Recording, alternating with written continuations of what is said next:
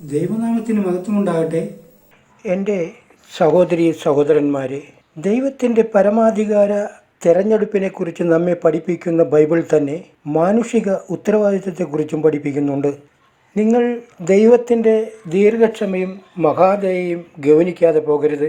ദൈവം നിങ്ങളെ കരുണയോടെ വിളിച്ചുകൊണ്ടിരിക്കുന്നു. അധ്വാനിക്കുന്നവരും ഭാരം വഹിക്കുന്നവരുമായുള്ളവരെ, നിങ്ങൾ എൻ്റെ അടുക്കൽ വരുവിൻ, ഞാൻ നിങ്ങളെ ആശ്വസിപ്പിക്കാം എന്ന് ജാതി മതഭേദമന്യേ ഏവരോടും ദൈവമായ കർത്താവ് ആഹ്വാനം ചെയ്യുന്നു. മനുഷ്യൻ ദൈവത്തിൻ്റെ കരസ്പർശമേറ്റവനാണ്. സ്നേഹവാനായ ദൈവം തൻ്റെ സ്വരൂപത്തിലും സാദൃശ്യപ്രകാരവും മനുഷ്യനെ ഉണ്ടാക്കി. നിലത്തെ പൊടി കൊണ്ട് മനുഷ്യനെ നിർമ്മിച്ചിട്ട് അവൻ്റെ മൂക്കിൽ ജീവശ്വാസം ഊതി ജീവനുള്ള ദേഹിയായി തീർന്നു. അനന്തരം യഹോവയായ ദൈവം കിഴക്ക് ഏദനിൽ ഒരു തോട്ടമുണ്ടാക്കി താൻ സൃഷ്ടിച്ച മനുഷ്യനെ അവിടെയാക്കി. ഏദൻ തോട്ടത്തിൽ വേല ചെയ്യുവാനും അതിനെ കാക്കുവാനും അവനെ നിയോഗിച്ചു. അവൻ പൂർണ്ണ സ്വാതന്ത്ര്യത്തോടെയും വലിയ സന്തോഷത്തിലും സുഖസമൃദ്ധിയിലും ഏദനിൽ വസിച്ചു. എൻ്റെ പ്രിയ സഹോദരി സഹോദരന്മാരെ, ഒരു നാൾ മനുഷ്യൻ പാപത്താൽ മലിനപ്പെട്ട് ദൈവത്തിൽ നിന്നും അകലുന്നതായി ബൈബിളിലെ ആദ്യ പുസ്തകമായ ഉൽപ്പത്തി പുസ്തകത്തിലെ ആദ്യ ഭാഗങ്ങളിൽ നമുക്ക് കാണുവാൻ കഴിയും. പാപം ചെയ്ത് ദൈവത്തിൽ നിന്നും അകന്ന് നിത്യനാശത്തിലേക്ക് പോയിക്കൊണ്ടിരുന്ന മനുഷ്യനെ അവരുടെ പാപങ്ങൾക്ക് പരിഹാരം വരുത്തി തന്നോട് അടുപ്പിക്കുവാൻ കരുണാസമ്പന്നനായ ദൈവം അവിടുത്തെ ദിവ്യ സ്നേഹത്താൽ തൻ്റെ പ്രിയപുത്രനെ ലോകത്തിലേക്ക് അയക്കുന്നതായി ബൈബിളിലെ പുതിയ നിയമ ഗ്രന്ഥത്തിലെ പ്രാരംഭ ഭാഗങ്ങളായ സുവിശേഷങ്ങളിൽ കാണുവാൻ കഴിയും. ആ ദൈവപുത്രനാണ് കർത്താവായ ക്രിസ്തു എന്ന രക്ഷിതാവ്. കർത്താവായ ക്രിസ്തു യേശു സ്വർഗത്തിൽ നിന്നും പാപികളെ രക്ഷിപ്പാൻ ലോകത്തിൽ വന്നു. മനുഷ്യവർഗത്തെ അവരുടെ പാപങ്ങളിൽ നിന്നും ഒരിക്കൽ എന്നേക്കുമായി രക്ഷിപ്പാൻ സ്വർഗത്തിൽ നിന്നും യേശു ക്രിസ്തു പാപജഡത്തിൻ്റെ സാദൃശ്യത്തിൽ ലോകത്തിൽ വന്നു. പിതാവായ ദൈവം ഒരുക്കിയ മനുഷ്യജഡത്തിൽ തൻ്റെ ദൈവത്വം മറച്ചു വെച്ചുകൊണ്ട് ഒരു പൂർണ്ണ മനുഷ്യനായി താഴ്മ ധരിച്ചുകൊണ്ട് ക്രിസ്തു യേശു ലോകത്തിൽ അവതരിച്ചു. ക്രിസ്തുവിനെ ഈ ലോകത്തിലേക്ക് വരുവാൻ പ്രേരിപ്പിച്ച ചേതോ വികാരം എന്തായിരുന്നു എന്ന് ചോദിച്ചാൽ, നമ്മോടുള്ള ദിവ്യ സ്നേഹം ക്രിസ്തുവിനെ അതിനെ നിർബന്ധിച്ചു എന്നാണ് ഉത്തരം. മനുഷ്യന് രണ്ടുവിധ മരണമുണ്ട്. അത് ആത്മീയ മരണവും ശാരീരിക മരണവുമാണ്. ആത്മീയ മരണം ദൈവത്തിൽ നിന്നുള്ള വേർപാടും ശാരീരിക മരണം ശരീരത്തിൽ നിന്നുള്ള വേർപാടുമാണ്.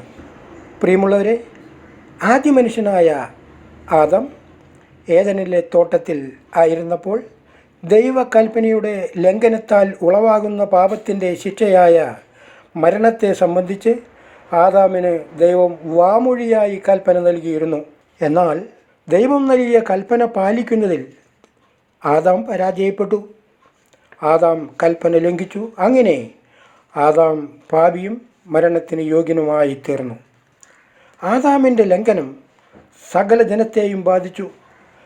ആദ്യ മനുഷ്യനായ ആദാമിൻ്റെ സന്തതി പരമ്പരയാണല്ലോ സകല മനുഷ്യരും. അതുകൊണ്ട് മനുഷ്യവർഗം മുഴുവനും ആദാമിൻ്റെ ലംഘനം നിമിത്തം പാപികളും മരണത്തിന് യോഗ്യരുമായി തീർന്നു. ജഡത്തിൻ്റെ ബലഹീനത നിമിത്തം ശിക്ഷാവിധിയിൽ നിന്നും രക്ഷ പ്രാപിക്കുവാൻ കഴിയാതെ നിത്യമരണത്തിലേക്ക് പോയിക്കൊണ്ടിരുന്ന മനുഷ്യവർഗത്തെ അവരുടെ പാപങ്ങൾക്ക് പരിഹാരം ചെയ്ത് നിത്യമരണം എന്ന ശിക്ഷാവിധി മാറ്റി രക്ഷിക്കുവാൻ ദൈവപുത്രനായ ക്രിസ്തു യേശു മനുഷ്യനായി താഴ്മ ധരിച്ച് ലോകത്തിൽ വന്നു. എൻ്റെ പ്രിയ സഹോദരി സഹോദരന്മാരെ, മനുഷ്യവർഗത്തിൻ്റെ പാപവും ശാപവും ഏറ്റെടുത്ത ക്രിസ്തു യേശു അതിനോട് ബന്ധപ്പെട്ട സകല ശിക്ഷയും കാൽവരിയിലെ ക്രൂശിൽ അനുഭവിച്ചുകൊണ്ട് ഒരു പരമയാഗം അർപ്പിച്ചു. ദൈവത്തിൻ്റെ നീതിയെ സകല മനുഷ്യർക്കും പകരമായി യേശു ക്രിസ്തു നിവർത്തിച്ചു. മനുഷ്യവർഗത്തിൻ്റെ പാപങ്ങൾക്ക് എന്നേക്കുമായുള്ള പരിഹാരം വരുത്തുവാൻ യേശു തൻ്റെ അവസാന തുള്ളി രക്തവും ചൊരിഞ്ഞു. കാൽവരിയിലെ മരക്കുരിശിൽ ശാപഗ്രസ്തമായ മരണം വരിച്ചു, അടക്കപ്പെട്ടു, മൂന്നാം നാൾ ഉയർത്തെഴുന്നേറ്റു. യേശു ക്രിസ്തു മരിച്ചപ്പോൾ ഒരിക്കൽ എന്നേക്കുമായി പാപത്തിൻ്റെ മുഴുവൻ പ്രശ്നത്തിനുമായി താൻ മരിച്ചു. പാപത്തിൻ്റെ അവകാശവാദങ്ങൾ, പാപത്തിൻ്റെ ശമ്പളം, അതിൻ്റെ പിഴ, ഇവയെല്ലാറ്റിനും വേണ്ടി ക്രിസ്തുയേശു ആ വേല പൂർത്തിയാക്കി. അത് ഇനി ആവർത്തിക്കേണ്ട ആവശ്യമില്ല. ആദാമിൻ്റെ ലംഘനം സകല മനുഷ്യർക്കും ശിക്ഷാവിധി വരുത്തി. എന്നാൽ ക്രിസ്തുവിൻ്റെ നീതി പ്രവൃത്തിയാൽ, അതായത് ക്രിസ്തുവിൻ്റെ കാൽവരിയിലെ പ്രതിപകര മരണത്താൽ സകല മനുഷ്യർക്കും ജീവൻ്റെ നീതീകരണം വരുത്തിയിരിക്കുന്നു. അതുകൊണ്ട് ആരും തന്നെ പാപത്തിനുള്ള ശിക്ഷ സഹിക്കേണ്ടതില്ല. പാപത്തിൽ നിന്നും അതിൻ്റെ ശിക്ഷയിൽ നിന്നുമുള്ള രക്ഷ കർത്താവായ ക്രിസ്തുയേശുവിൽ വിശ്വസിക്കുന്നവർക്ക് ഒരു സൗജന്യദാനമായി വാഗ്ദാനം ചെയ്തിരിക്കുന്നു. ഇവിടെ നാം പ്രവാസികളാണെന്ന സത്യം മറക്കാതിരിക്കുക. ഈ ലോകത്തിൽ നിന്നുള്ള നമ്മുടെ മടക്കയാത്ര എപ്പോഴെന്ന് നാം അറിയുന്നില്ലല്ലോ. ക്രിസ്തുയേശുവിൽ വിശ്വസിക്കുന്നവർക്ക് ഒരു ശിക്ഷാവിധിയുമില്ല. യേശു ക്രിസ്തു മരിച്ചപ്പോൾ മനുഷ്യവർഗത്തിൻ്റെ പ്രതിനിധിയായിട്ടാണ് മരിച്ചത്. അതായത് നമുക്ക് വേണ്ടി നമ്മുടെ സ്ഥാനത്ത് നമ്മെപ്പോലെ നാം എന്നവണ്ണം അവിടുന്ന് മരിച്ചു. അതുകൊണ്ട് യേശു മരിച്ചപ്പോൾ നാം മരിച്ചു. പാപത്തിൻ്റെ മുഴുവൻ പ്രശ്നങ്ങൾക്കും ഒരിക്കൽ എന്നേക്കുമായി പരിഹാരം വരുത്തിക്കൊണ്ട് യേശു മരിച്ചു. അതുകൊണ്ട് യേശു ക്രിസ്തുവിൽ വിശ്വസിക്കുന്നവർ ക്രിസ്തുവിൻ്റെ മരണത്തിലും തൻ്റെ മരണം അർത്ഥമാക്കുന്ന സകലത്തിലും ഏകീഭവിച്ചിരിക്കുന്നു. ആദാം ചെയ്ത പാപത്താൽ സകല മനുഷ്യരും പാപികളും മരണയോഗ്യരുമായി തീർന്നു എന്ന് വരികിലും പാപിയായി ജനിച്ചതിന് ദൈവം ആരെയും ശിക്ഷിക്കുന്നില്ല. നീതിമാനായ ദൈവം ഉണ്ടാക്കിയ പാപ പരിഹാര മാർഗത്തെ നിഷേധിച്ചതിനാണ് ശിക്ഷിക്കുന്നത്. എൻ്റെ പ്രിയ സഹോദരി സഹോദരന്മാരെ, സൽപ്രവൃത്തികൾ നമ്മെ രക്ഷിക്കുമെന്നാണ് ചിലർ പഠിപ്പിക്കുന്നത്. എന്നാൽ നിങ്ങൾ വഞ്ചിക്കപ്പെടാതിരിക്കട്ടെ. ആത്മരക്ഷയ്ക്ക് അടിസ്ഥാനമായിരിക്കുന്നത് സൽപ്രവൃത്തികളല്ല, ക്രിസ്തു യേശുവിലുള്ള വിശ്വാസമാണ്. സൽപ്രവൃത്തികൾ ആരെയും സ്വർഗരാജ്യത്തിന് അവകാശിയാക്കുന്നില്ല. എന്നാൽ ഒരുവൻ്റെ പ്രവൃത്തി നല്ലതാകിലും തീയതാകിലും അതിന് തക്കവണ്ണമുള്ള പ്രതിഫലമാണ് അവന് ലഭിക്കുക. ഒരുവൻ ചെയ്യുന്ന പ്രവൃത്തി അത് സൽപ്രവൃത്തിയാണെങ്കിലും ദുഷ്പ്രവൃത്തിയാണെങ്കിലും ദൈവത്തിൽ നിന്ന് കൂലിയാണ് ലഭിക്കുക. മനുഷ്യരുടെ ഇടയിലും പ്രവർത്തിക്കുന്നവർക്ക് കൂലിയാണല്ലോ നൽകുന്നത്. പ്രവർത്തിക്കുന്നവർക്ക് കൂലി, എന്നാൽ സ്വർഗരാജ്യം അത് യേശു ക്രിസ്തുവിൽ വിശ്വസിക്കുന്നവർക്ക് മാത്രമേ ലഭിക്കൂ. സ്വർഗ അവകാശിയാകുവാനുള്ള ഏകമാർഗം വിശ്വാസം മാത്രമാണ്.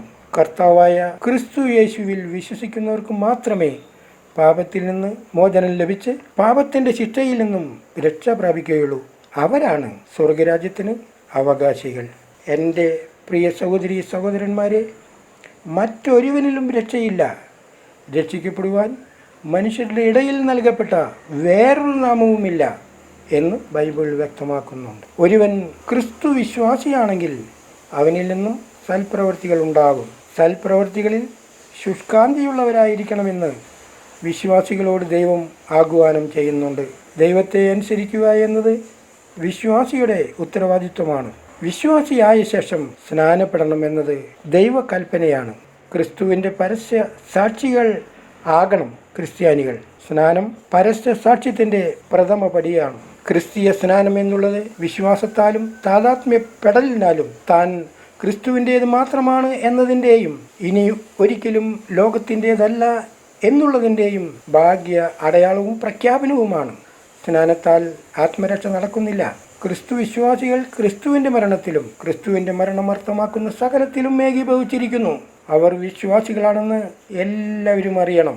അവരെ കാണുന്നവർ ക്രിസ്തുവിനെ കാണണം. സ്നാനത്തിന് മുമ്പ് ഒരുവന് ക്രിസ്തുവിനോട് ലഭിച്ച ആന്തരിക ആത്മീയ ബന്ധത്തിൻ്റെ പരസ്യ സാക്ഷ്യമാണ് സ്നാനം. പാപത്തിൽ നിന്നുള്ള അഥവാ നിത്യമരണത്തിൽ നിന്നുള്ള രക്ഷ എന്നത് ദൈവത്തിൻ്റെ സൗജന്യദാനമാണ്. അത് യേശു ക്രിസ്തുവിൽ വിശ്വസിക്കുന്നവർക്ക് മാത്രം നൽകുന്നതാണ്. ജാതി, മതം, വർണ്ണം, വർഗം ഇവയ്ക്കൊന്നും രക്ഷയോടുള്ള ബന്ധത്തിൽ ദൈവസന്നിധിയിൽ സ്ഥാനമില്ല. യേശു ക്രിസ്തുവിൽ വിശ്വസിക്കുന്നവർക്ക് ക്രിസ്തുവിൽ വിശ്വസിക്കുന്നു എന്നതിൻ്റെ അടിസ്ഥാനത്തിൽ മാത്രം തികച്ചും സൗജന്യദാനമായി ലഭിക്കുന്നതാണ് രക്ഷ, അഥവാ നിത്യജീവൻ. നിത്യസന്തോഷത്തിലേക്കുള്ള പ്രവേശനം അവർക്ക് മാത്രമുള്ളതാണ്. സൗജന്യദാനമായി ലഭിക്കുന്ന രക്ഷയെ നിരസിക്കുക എന്ന് വെച്ചാൽ പാപിയായ മനുഷ്യന് രക്ഷ കരസ്ഥമാക്കാനുള്ള ഏകമാർഗം അവൻ നിരാകരിക്കുന്നു എന്നാണ് അർത്ഥം. എൻ്റെ പ്രിയ സഹോദരി സഹോദരന്മാരെ, യേശു ക്രിസ്തുവിനെ നിങ്ങളുടെ കർത്തൃത്വം പൂർണ്ണമായി ഏൽപ്പിച്ചു കൊടുക്കുവാൻ നിങ്ങൾക്ക് മനസ്സുണ്ടെങ്കിൽ നിങ്ങൾ ഈ വിധം പ്രാർത്ഥിക്കൂ: യേശുവേ, എൻ്റെ പാപപരിഹാരത്തിനായി കാൽവരിയിലെ മരക്കുരിശിൽ കഷ്ടമനുഭവിച്ച് രക്തം ചിന്തി മരിച്ചു അടക്കപ്പെട്ടുവെങ്കിലും ദൈവം അങ്ങയെ മരിച്ചവരുടെ ഇടയിൽ നിന്നും ഉയർത്തെഴുന്നേൽപ്പിച്ചു എന്ന് എൻ്റെ ഹൃദയത്തിൽ ഞാൻ വിശ്വസിക്കുന്നു. യേശുവേ, അവിടുന്ന് എൻ്റെ കർത്താവാകുന്നു. അങ്ങ് എന്നിൽ വന്നു വസിക്കണമേ. ദൈവമേ, എൻ്റെ പ്രാർത്ഥന അങ്ങ് കേട്ടതിനാൽ സ്തോത്രം. ആമേൻ. പ്രിയ സഹോദരി സഹോദരന്മാരെ, ഈ വീഡിയോ ശ്രദ്ധിച്ച നിങ്ങളേവരെയും ദൈവം അനുഗ്രഹിക്കുമാറാകട്ടെ. ആമേൻ. എൻ്റെ ആത്മീയ സഹോദരി സഹോദരന്മാരെ, ഈ വീഡിയോ പരമാവധി ആളുകൾക്ക് ഷെയർ ചെയ്യുവിൻ. ദൈവത്തിൻ്റെ അതിപരിശുദ്ധമായ നാമം വാഴ്ത്തപ്പെടുമാറാകട്ടെ. ആമേൻ.